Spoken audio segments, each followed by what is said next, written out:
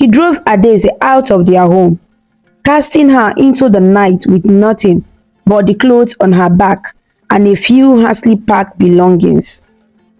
Tears streamed down Adaeze's face as she wandered aimlessly through the village, her heart shattered by her father's rejection. She found herself at the edge of the bush.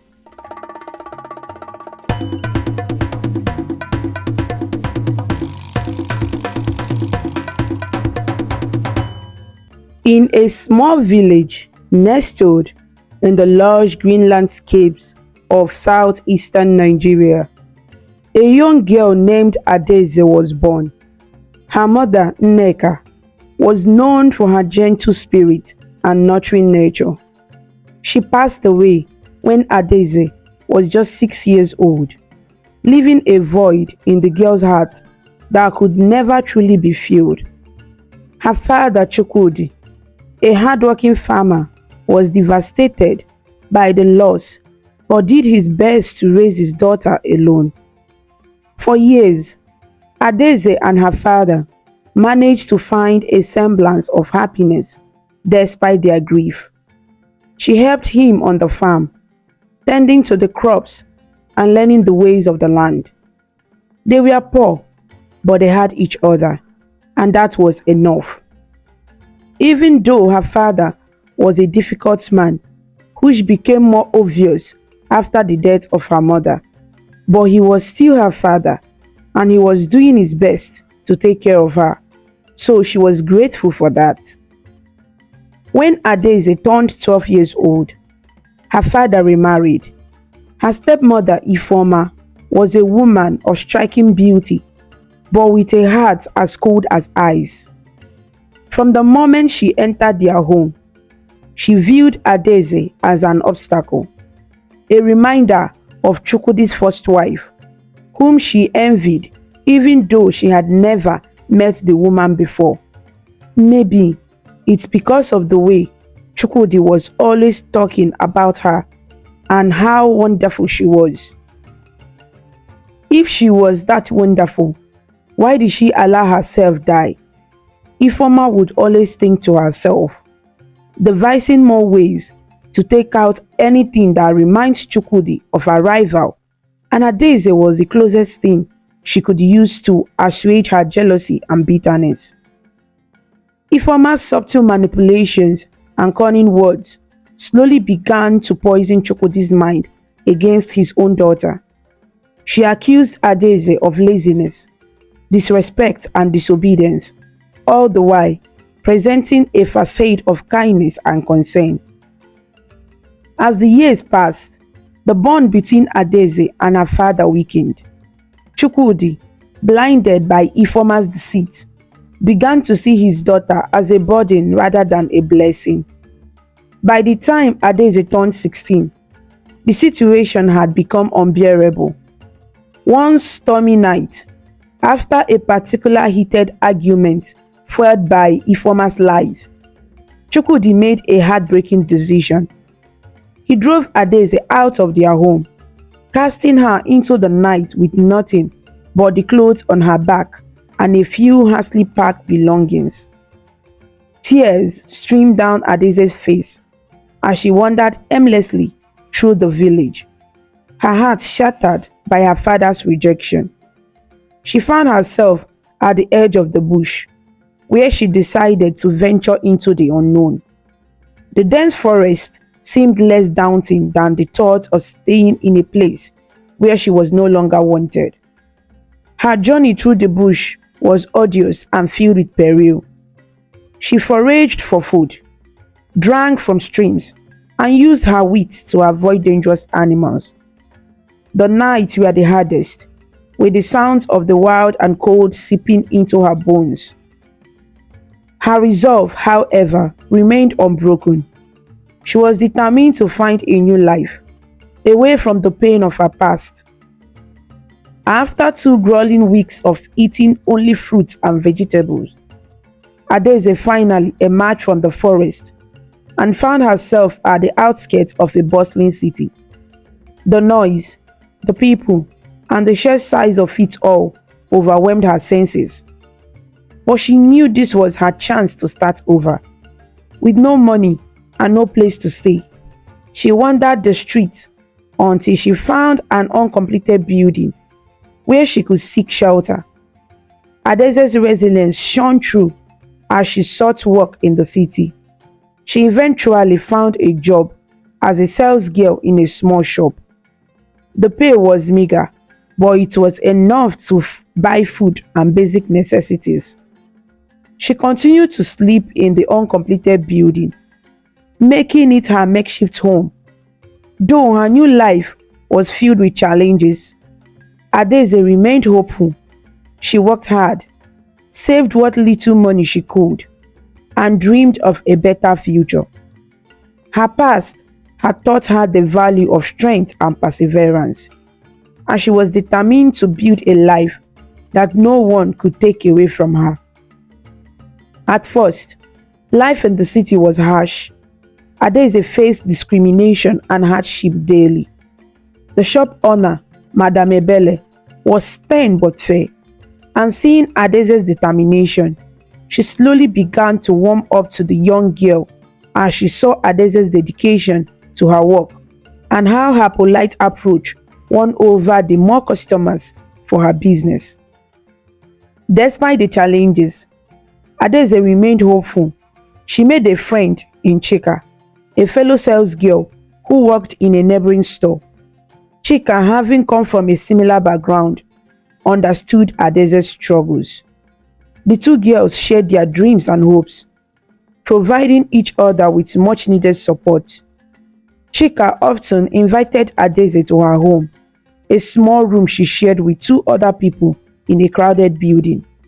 There, Adaeze experienced a sense of belonging and warmth that she had missed for so long.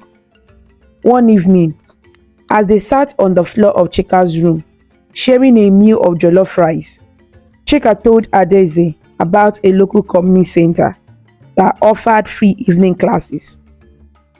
It was a place where young people could learn skills like sewing, hairdressing, and basic literacy. Intrigued and eager to improve her prospects, Adaeze decided to visit the center. The community center became Adaeze's sanctuary. She enrolled in the literacy classes and sewing courses, spending every spare moment learning and improving her skills. The center's coordinator, Mrs. Ojo, was impressed by Adaeze's determination and offered her additional help. Under Mrs. Ojo's guidance, Adaeze not only learned to read and write, but also discovered a passion for tailoring. As months turned into years, Adaeze's life began to change. She saved enough money to rent a small room of her own, leaving the uncompleted building behind. Her sewing skills improved, and she started taking on small tailoring jobs in addition to her work at the shop. Word of her talent spread, and soon she had a steady stream of customers. However, living alone was not easy, and the rent of her small room started to become a burden as her earnings from the shop were still minimal.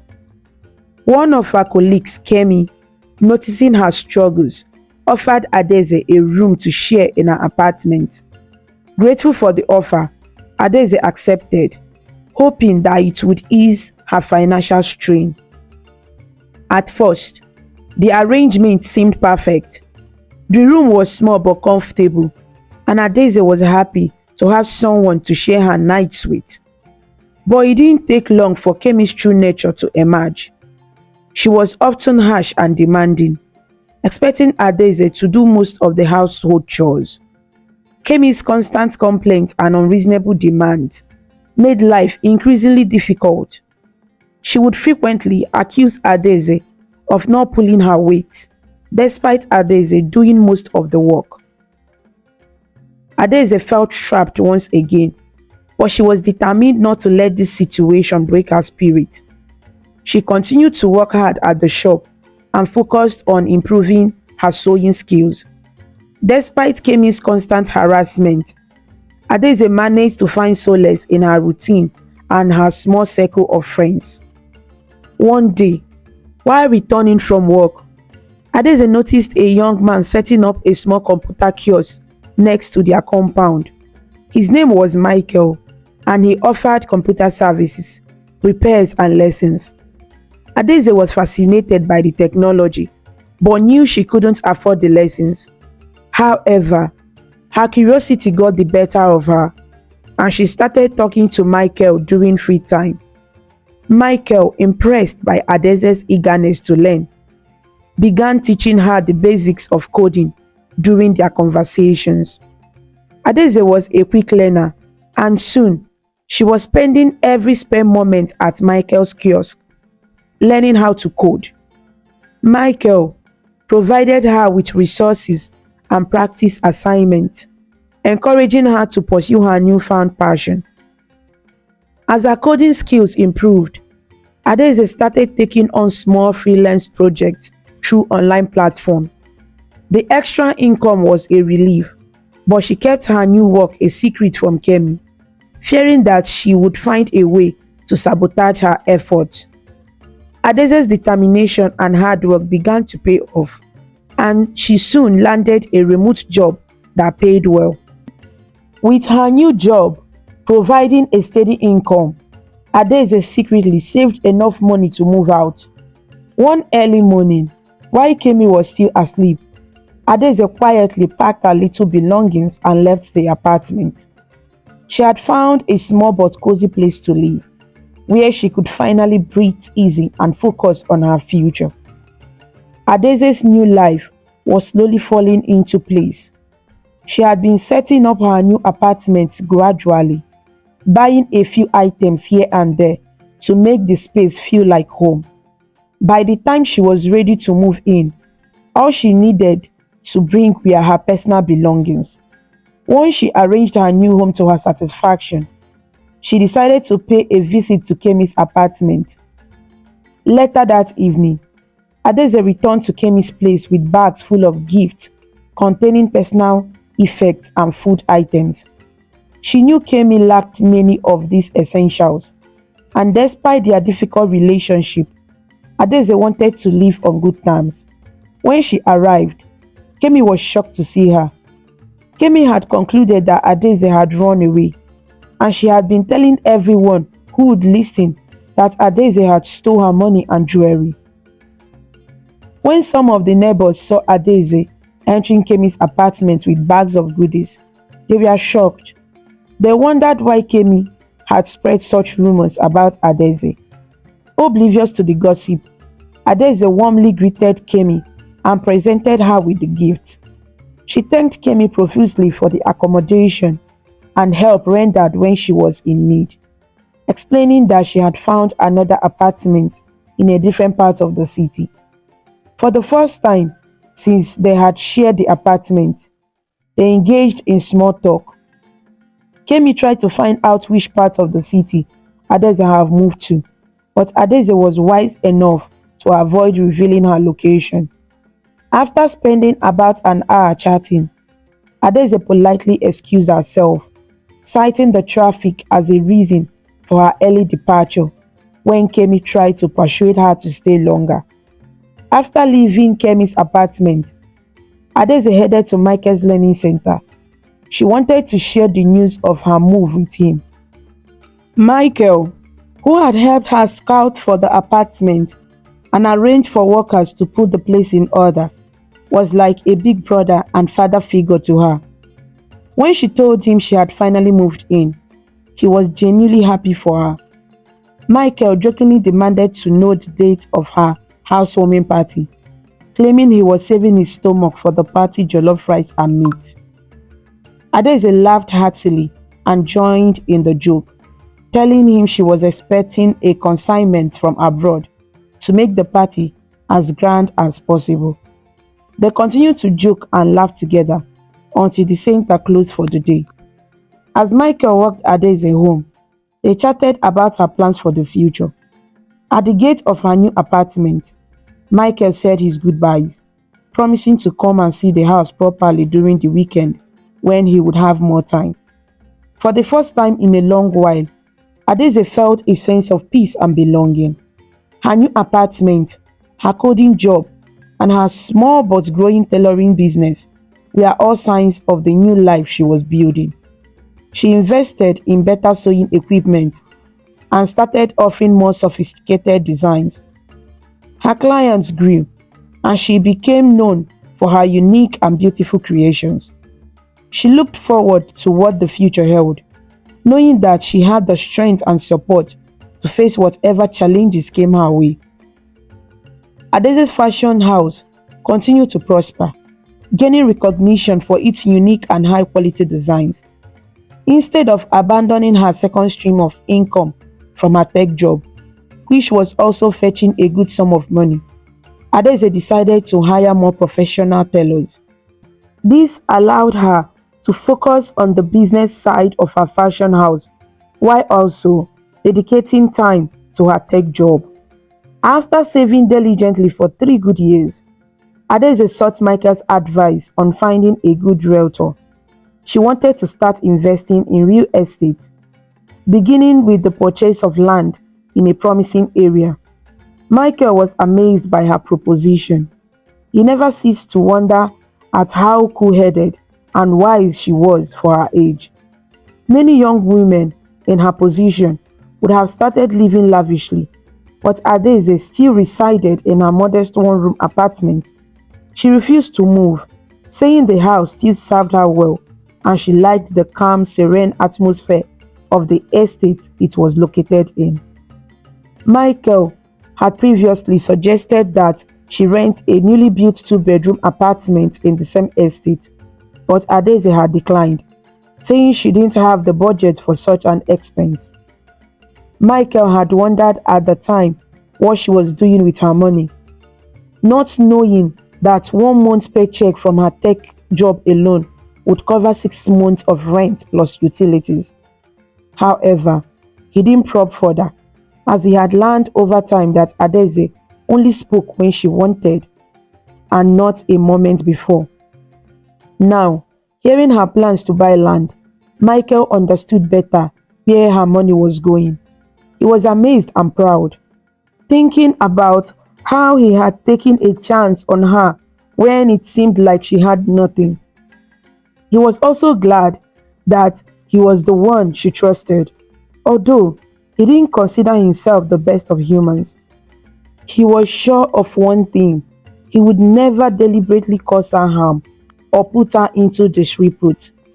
Michael agreed to help Adaeze find a reliable realtor and promised to assist her in any way he could. Over the next few weeks, Adaeze and Michael visited several promising areas and met with various realtors. They finally found a piece of land that Adaeze felt was perfect for her investment. It was in a developing area with a lot of potential for growth. Michael helped to negotiate the terms, and soon Adaeze became the proud owner of her first piece of real estate. Adeze's investment in real estate marked a significant milestone in her journey. She felt a sense of accomplishment and security, knowing she was building a solid foundation for her future. Despite her growing success, she remained humble and focused, always looking for ways to improve and expand her horizons. With the help of the professional tailors she had hired, her fashion house continued to thrive. Adeze's tech job also provided her with steady income and opportunities for growth. Balancing both careers, she managed to carve out time for personal development, attending workshops and seminars to stay ahead in the competitive world of fashion and technology. One evening, as they sat in Michael's office discussing her latest real estate venture, Michael couldn't help but express his admiration. "Adaeze, you never cease to amaze me. Your wisdom and determination are beyond your years. Many people would have taken a different path, but you have stayed true to your values and goals." Adaeze smiled, grateful for Michael's support and encouragement. "I have had good people around me, Michael. People like you who believed in me and helped me when I needed it most. I just want to make the most of the opportunities I have been given and ensure a secure future. Michael nodded, understanding the depth of her gratitude and determination. He knew Adaeze's journey was far from over and that she would continue to achieve great things. Adaeze had decided to spend her day off with Michael. He had been complaining that she was becoming too busy to spend time with him, and she realized he was right. This day, she set out to do nothing tasking and, if possible, to avoid even thinking. They talked at length, enjoying each other's company. It was then that Adaeze decided to tell Michael the truth about her family. She had previously told him she was an orphan with no family ties, but she felt he had earned the right to know her true origins. Taking a deep breath, Adaeze began to recount her story. She spoke of her father and stepmother, the days of starvation, unprompted beatings, and sleepless nights. She described the night she slept outside on the cold, hard corridor, her stomach empty, with nothing to protect her from the cold and mosquitoes except her flimsy clothes. Sometimes, her stepmother would say she was smelling and stinking up the house, or one of her children would tell a lie about her, and her father would always side with them. She didn't understand why her father had turned against her so completely. He had always been a tough man, but never to the extent of depriving her of basic necessities. Michael listened, dumbfounded as Ada recounted her harrowing tales. When she got to the part where she was finally thrown out of the house and it took her weeks to walk from her village to the city, she paused, unable to continue. The memories were still as painful as though they had happened yesterday. This was why she kept this part of her life hidden. She thought she could handle it now, but it was still too raw. She refused to look at Michael, not wanting to see the pity she was sure would be etched on his face. She didn't tell people her story because of the pain it brought, or most importantly, she didn't want anybody's pity or worse, mockery. She did not want her life to be tainted with the foolishness of other people's ignorance or wickedness. As she stared at her hand, lost in thought, she felt Michael move. Before he could come any closer, she stood up from her seat, wiping her tears. "Don't, please. I don't want your pity," she said, holding out her hand to stop Michael from coming any closer. Finally, she looked up at his face, but what she saw there shocked her. Instead of pity, she saw admiration and something else she refused to put into words for now. Michael's eyes were filled with respect and a deep, unspoken emotion. "Adaeze," he began softly, "I don't pity you. I admire you, your strength, your resilience, and your ability to rise above such circumstances. It's incredible. You are incredible, Adaeze." Ada blinked back her tears, feeling a warmth spread through her chest. She had expected sympathy, perhaps even condescension, but not this. Michael's unwavering respect and support meant more to her than she could express. "Thank you, Mike," she said quietly. "Thank you for listening and for believing in me. It means a lot." Michael nodded, understanding the weight of her words. "I'm here for you always, and I'm proud of everything you have achieved. You have come so far, and I know you will go even further." They spent the rest of the day in a comfortable silence. A new bond of trust and understanding forged between them. Ada felt a sense of relief, having shared her past with someone who truly understood and appreciated her journey. She knew that with Michael by her side, she could face whatever challenges the future held. As the sun set and the day came to an end, Ada felt a renewed sense of purpose. Her past no longer felt like a burden she had to carry alone. With Michael's support and her own determination, she was ready to embrace the future and all the possibilities it held. Meanwhile, back in the village, Chukwudi had not known peace since the day Adaeze ran away. Every night, when he closed his eyes, he was haunted by visions of his late wife. In these dreams, she appeared before him, tears streaming down her face, pleading with him to bring her daughter back. Her voice echoed in his mind, filled with sorrow and accusation. "Chukwudi, why did you let this happen? Bring my daughter back," she would say, her cries piercing the stillness of the night.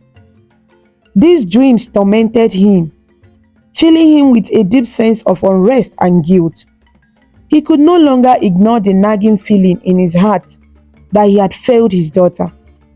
He had allowed his second wife, Ngozi, to mistreat Adaeze, turning a blind eye to her cruelty and neglect. He had been a tough man, yes, but he had never intended for his daughter to suffer so. At first, he had tried to brush off these dreams as mere figment of his imagination, the result of stress and old age. But as they continued night after night, he realized they were more than that. They were a reminder of his failure as a father. The dreams grew more vivid with each passing night. His late wife's voice more desperate, her tears more real. Chukwudi's days were no better. The once vibrant and respected man now walked around the village like a shadow of himself. The villagers whispered behind his back, speculating about the change in him. They knew something was eating away at his conscience, but no one dared to speak to him about it. Some remembered Adaeze, the quiet girl with a gentle spirit, and wondered where she had gone. One afternoon, as Chukwudi sat under the large mango tree in his compound, lost in thought, Ngozi approached him. She had noticed the change in him too, but dismissed it as a phase. She was more concerned with the rumors that had started to spread through the village.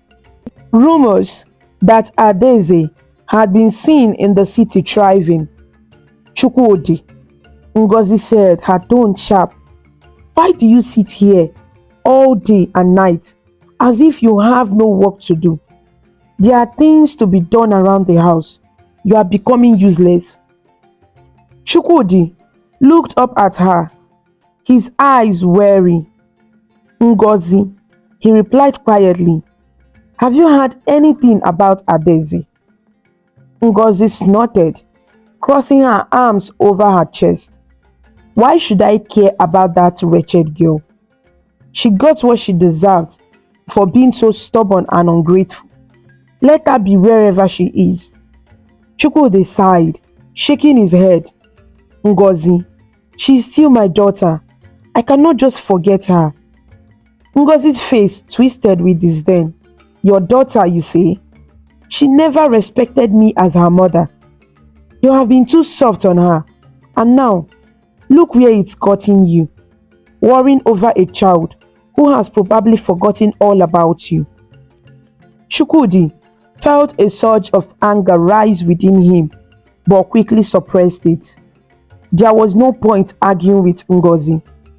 He knew her heart was hardened, and she would never understand the pain he felt. He stood up, brushing the dust from his clothes. "I need to find her, Ngozi," he said firmly. "I need to make things right." Ngozi scoffed. "Do as you please, Chukwudi, but don't expect me to welcome her back here if you find her." Ignoring her, Chukwudi turned and walked away from the compound, his mind set. He didn't know how or where to start, but he knew he had to find Adaeze. He needed to apologize, to make amends for the years of neglect and abuse she had suffered under his roof. He needed to tell her that he was sorry, that he had been wrong. As he walked through the village, He made his way to the local church. Perhaps the pastor could help him or at least offer some guidance. He needed all the help he could get. His heart was heavy with regret, but it was also filled with a determination he hadn't felt in years. He wouldn't rest until he found his daughter and made things right. He owed it to his late wife, to himself, and most importantly to Adaeze. Chukwudi approached the church with a newfound sense of purpose. He knew the journey ahead would be difficult, but he was ready to face whatever challenges come his way. He was ready to fight for his daughter, to bring her back home, and to finally be the father she deserved. The sun had barely risen when Adaeze woke up, her heart racing and her breath coming in quick, shallow gaps. She sat up in her bed, the remnants of a vivid dream still clinging to her like morning dew. She had seen her mother. It was the most beautiful thing she had experienced in a long time. A vision so unexpected that it left her startled. In the dream, her mother had appeared as she remembered her from childhood, radiant and kind, with a smile that could light up even the darkest room. Adaeze had also forgotten that smile, a smile that had been her solace in the years of hardship and loss. Seeing her mother again after all these years was a shock, like a sudden gust of wind that took her breath away. The dream had been so real, so vivid, that for a moment Adaeze believed she could reach out and touch her. She had felt a warmth, a love that she hadn't felt in years wash over her. In the dream, her mother hadn't spoken much, but her presence had been enough to convey 1,000 words. They had stood together in a beautiful serene meadow, surrounded by wildflowers that swayed gently in the breeze. Her mother had reached out, her eyes full of tenderness and understanding, and placed a hand on Adaeze's cheek. "My daughter," she said softly, her voice echoing like a sweet melody. "You have grown strong, but you must forgive. Find peace in your heart. Do not let the past hold you back." Those words lingered in Adaeze's mind, even as she tried to shake off the last traces of sleep. Forgive? The word felt heavy, almost impossible. How could she forgive a father who had abandoned her and a stepmother who had made her life unbearable? How could she let go of the pain that had shaped so much of who she was? But the memory of her mother's face, so full of love and peace, made her pause. She realized how much she missed that feeling, how much she longed to feel at peace with herself and her past. Adaeze took a deep breath, letting the emotion of the dream wash over her. It felt like a message, a sign that she was not alone, that her mother was still watching over her, guiding her even from beyond the grave. She got up from bed and walked over to the small window in her apartment, opening it to let in the cool morning air. The city was just beginning to wake up, the first hint of sunlight stretching across the skyline. As she stood there, gazing out at the world, she felt a calmness settle over her. Her mother's words echoed in her mind, "Find peace in your heart." Adaeze decided she needed to talk to someone about this dream. The first person who came to mind was Michael. He had been her rock, her confidant, and she knew he would listen without judgment. She quickly got dressed and headed out, her mind still reeling from the dream but her heart feeling lighter than it had in years. When she arrived at Michael's learning center, he was already there, setting up for the day. He looked up as she walked in, immediately sensing that something was different about her. "Ada," he greeted, concern etched in his features. "Are you alright?" You look different today." Adaeze managed a small smile and nodded. "I'm okay, Michael. I just, I had a dream last night. A dream about my mother." Michael's eyes softened and he gestured for her to sit down.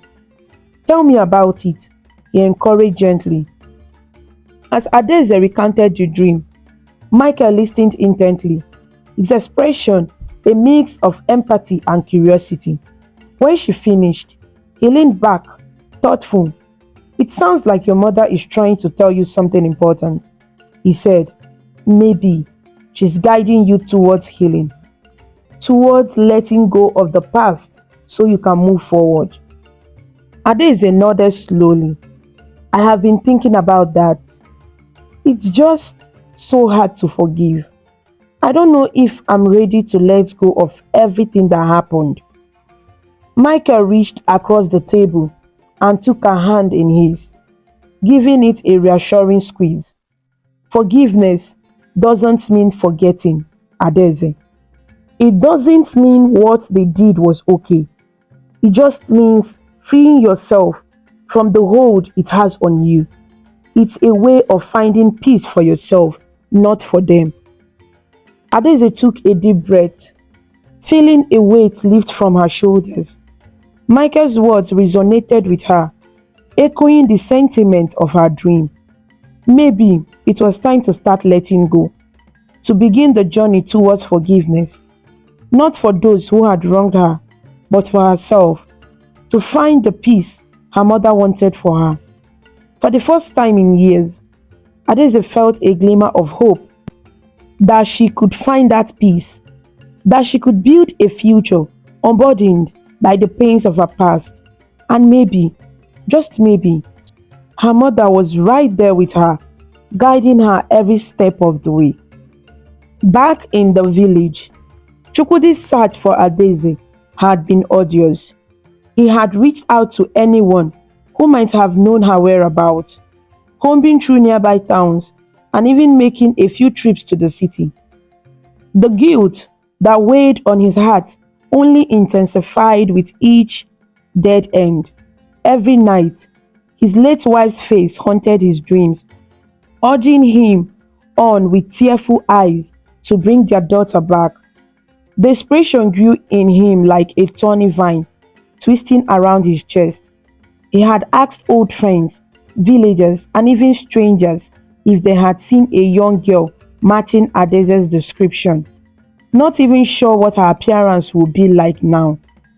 Some pitied him, while others shook their heads, unsure how to help the broken man. But Chukwudi pressed on, driven by the hope that he could make amends for his past mistakes. Finally, after months of searching, he received a lead from a passerby who said he had seen a young woman that resembled Adaeze working in a shop in the city. Though it was the first real clue Adaeze had gotten in months, he decided to follow it, praying to God that this was the sign he had been waiting for. Meanwhile, in the city, Adaeze was finding her own path towards healing. After her dream, she had spent many nights thinking about her mother's words and Michael's advice. Forgiveness was a powerful thing, she realized. It wasn't just about letting go of the hurt, but about reclaiming her life, her happiness on her terms. One evening, after a long day, Adaeze decided it was time to face her past.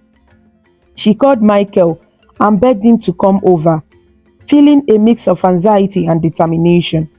When he arrived, he could see the seriousness in her eyes. "Michael," she began, "I want to go back to the village. I need to see my father. I need to know if I can forgive him and if he is truly sorry for what he allowed to happen." Michael nodded, understanding the gravity of her decision. "I think that's a brave thing to do, Adaeze. And you don't have to do it alone. I will go with you." Adaeze smiled, grateful for his support. "Thank you, Michael. It means a lot to me to have you by my side." The next day, They set out for the village, a mix of emotions swelling in Adaeze's heart. As they drove, she gazed out the window, trying to prepare herself for what lay ahead. She hadn't told Michael everything, but she had decided to approach this reunion without revealing the extent of her success in the city. She wanted to see if her family would accept her for who she was, not for what she had achieved. When they arrived, the village seemed smaller than she remembered, the streets narrower, the houses more withered. Memories flooded back, some painful, some bittersweet. Michael squeezed her hand reassuringly as they made their way to her father's house. Chukwudi was outside, his back hunched as he walked in the small garden. When he saw them approaching, he froze, his breath catching in his throat as he recognized his daughter. For a moment, he thought he was dreaming again, but the look on Adaeze's face, a mixture of apprehension and determination, told him this was real. "Ada," he whispered, his voice breaking. He dropped the hoe he was holding and stumbled towards her, his eyes wide with disbelief. "Adaeze, is it really you?" Adaeze nodded, her heart pounding in her chest. "Yes, Papa, it's me." Tears welled up in Chukwudi's eyes as he reached out to touch her, as if afraid she might disappear. "I have been looking for you everywhere," he said, his voice trembling. "I'm so sorry, Adaeze. I have been such a fool. Please forgive me." Adaeze felt a lump form in her throat as she saw the sincerity in her father's eyes. She had prepared herself for this moment, but now that it was here, she wasn't sure what to say. "Papa, I don't know what to say," she began, her voice thick with emotion. "I came back because I needed to know if you were sorry, if you regretted what happened." "I do," Chukwudi said quickly, tears streaming down his face. "I regret every moment I allowed Ngozi to treat you that way. I was weak, and I let my weakness cloud my judgment. I'm so sorry, my daughter. Please forgive me." Adaeze looked into his eyes, searching for any hint of insincerity, but all she saw was pain and regret. Slowly, she nodded. "I forgive you, Papa, but things can't just go back to the way they were. We need to rebuild, to start afresh." Chukwudi nodded eagerly. "Anything, Adaeze, anything you need, I will do it." At that moment, Ngozi came out of the house, her eyes narrowing when she saw Adaeze standing there. She scoffed, folding her arms across her chest. "What is this? The prodigal daughter returns?" she sneered. "You think you can just come back here after all these years?" Adaeze turned to her stepmother, her expression calm but firm. "I'm not here to cause trouble, Ngozi. I just wanted to see if my father was sorry for what happened. I'm not asking anything from you." Ngozi's face twisted with disdain. "You think you can walk back in here and everything will be forgiven? You are not welcome here, Adaeze, not after the way you left." Chukwudi turned to his wife, anger flashing in his eyes. "Ngozi, enough. Adaeze is my daughter, and I want her here. I will not let you drive her away again." Ngozi huffed, clearly unimpressed. "She has no place here. I won't have it." Michael, who had been quiet observing, decided it was time to step in. "With all due respect, ma," he said, his voice calm but firm, "Adaeze isn't asking to stay. She just came to see her father and make peace. And maybe in time, you might see her in a different light too." Ngozi rolled her eyes. "I don't care who she's with or what she wants. She left and that's that." Adaeze looked at Ngozi, her gaze steady. "I'm not here to take anything from you, Ngozi. I just came to see my father. But it seems you still can't see past your own bitterness." Ngozi was about to retort when a neighbor passed by and recognized Adaeze. Adaeze, is that you? I heard you are doing well in the city. Is that true? Ngozi's eyes widened slightly, but she quickly masked it with a look of indifference. Doing well? What could she possibly be doing well at? Adaeze smiled faintly, deciding to maintain her pretense. I have been managing, auntie, just getting by. The neighbor, unaware of the tension, nodded approvingly. That's good, my dear. I'm glad to see you have landed on your feet. As the neighbor walked away, Ngozi muttered under her breath, still scolding. Chukwudi, however, stepped forward, his eyes filled with a mixture of sadness and hope. Thank you for coming back, Ada. I know it wasn't easy, and I promise I will do whatever it takes to make things right. Adaeze nodded. We will see, Papa. We have a lot to work through, but I'm willing to try. With that, she turned to Michael, who gave her a reassuring nod. They began to leave, and as they walked away, Adaeze felt a strange sense of closure.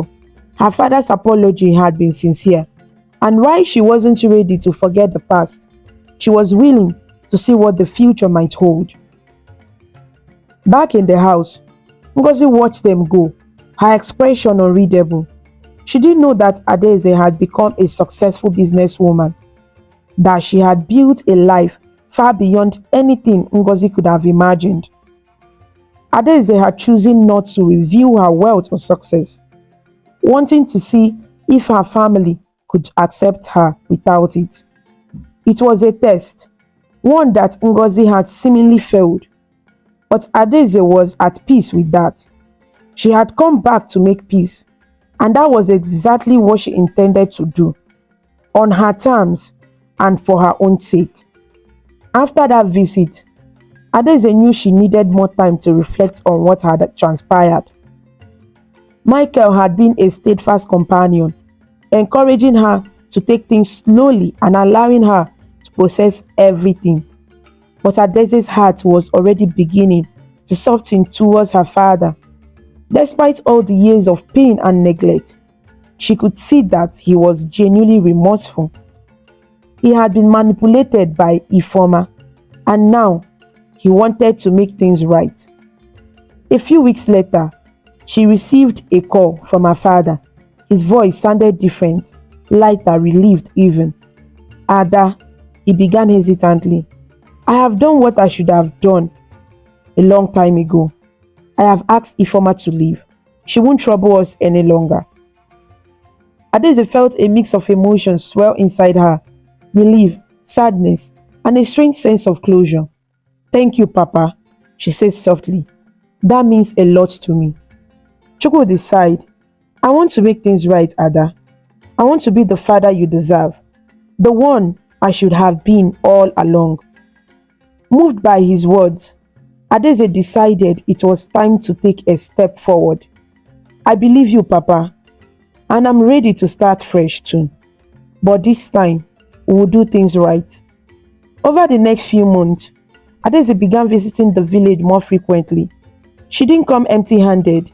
She brought groceries, medicines, and little gifts to make her father's life comfortable. With Michael's help, she also hired a contractor to start building a new house for him. It was a modest but beautiful home, designed to bring peace and comfort to her father in his later years. Chukwudi was overwhelmed by her generosity. He had never expected such kindness after everything that had happened. He watched with a mix of gratitude as the construction took shape. Adaeze was careful to involve him in the process, asking for his input on things like the layout and colors. She wanted him to feel that this house was not just a gift, but a symbol of their new beginning. As the house neared completion, Chukwudi found himself feeling lighter than he had in years. He no longer had the nightmares of his late wife crying. For the first time since Adaeze left, he felt at peace. It was as if her presence had been a call to action, pushing him to make amends and to restore his relationship with their daughter. Now that he had taken those steps, her spirit seemed to have found rest. Adaeze noticed the change in him. He smiled more, spoke more softly, and took great pride in his little garden, which she helped him cultivate anytime she was in the village.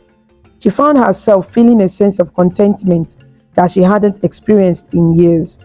She was finally reconnecting with the father she remembered from her early childhood, before grief and bitterness had clouded their lives. One sunny afternoon, as they sat on the porch of their newly built house, Adaeze turned to her father with a smile. "Papa, I want you to know that I'm happy we are here, that we are doing this," she said. Chukwudi nodded, his eyes misting with tears. "I am too, Ada. I have been given a second chance, and I won't waste it." As the weeks turned into months, their bond grew stronger. Chukwudi remained regretful for the years he had lost, but he also knew that dwelling on the past wouldn't help them move forward. Instead, he focused on the time they had now, making sure to cherish every moment. Michael remained a constant support for Adaeze, visiting the village with her often. He admired her strength and kindness, seeing how she handled each step of the reconciliation with grace. Her actions had not only healed her father, but had also taught the entire village a lesson in forgiveness and redemption. One evening, after a long day of planting new crops in the garden, Adaeze and Chukwudi sat on the porch, sipping fresh palm wine and watching the sunset. The colors painted the sky in shades of orange and pink, casting a warm glow over the new house. Chukwudi turned to his daughter, a gentle smile on his face. "Your mother will be so proud of you, Ada. You have become an incredible woman, despite everything." Adaeze smiled back, her heart full. "I like to think she's with us, Papa," watching over us and smiling. Chukwudi nodded. "I think so too. And I think she's happy now. I haven't seen her in my dreams since we began rebuilding. It's like she's at peace, just like us." Adaeze reached out and took his hand, squeezing it gently. "We have come a long way, Papa, and I'm glad we made it here together." They sat in comfortable silence, the weight of their past lifted, replaced by a newfound peace and understanding. They had both been broken by loss and pain, but together they had found a way to heal. Adaeze knew there was still a long road ahead, but she felt ready to walk it, one step at a time, with her father by her side, and for the first time in a long time, she felt truly at home. As the sun dipped below the horizon, Adaeze laid her head on her father's shoulder, grateful for the second chance they had been given. They didn't need words to fill the silence. The quiet was enough, a silent testament to the journey they had taken, the forgiveness they had given, and the love they had reclaimed. Months went by quickly, and Adaeze's bond with Michael only grew stronger. Their friendship had blossomed into something deeper, and soon Michael proposed. The news of their engagement brought joy to both families. Even Adaeze's father, Chukwudi, could see that Michael was the man who truly understood and cherished his daughter.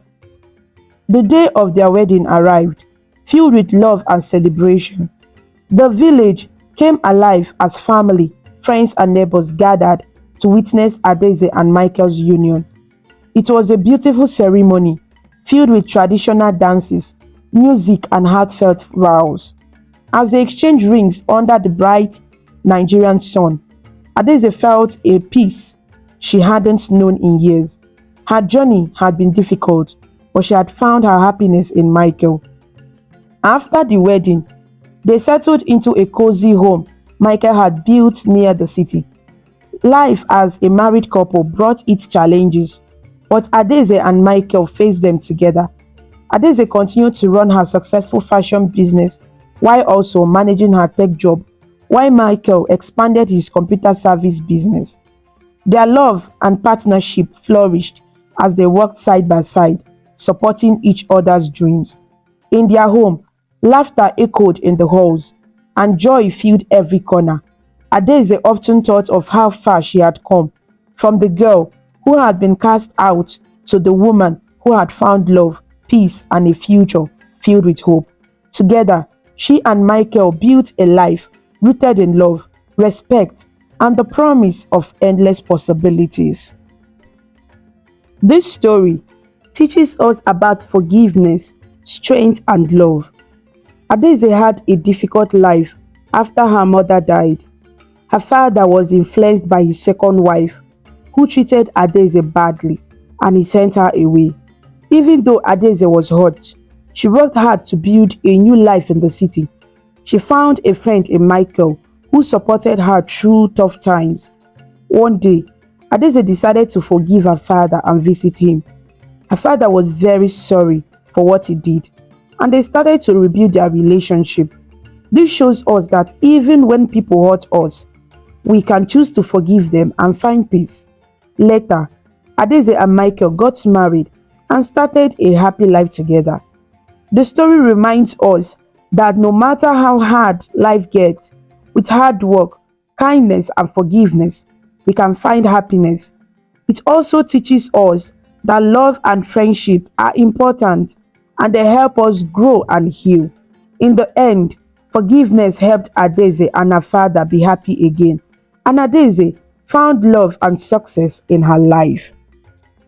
Thank you for watching this amazing story about Adaeze on African Stories.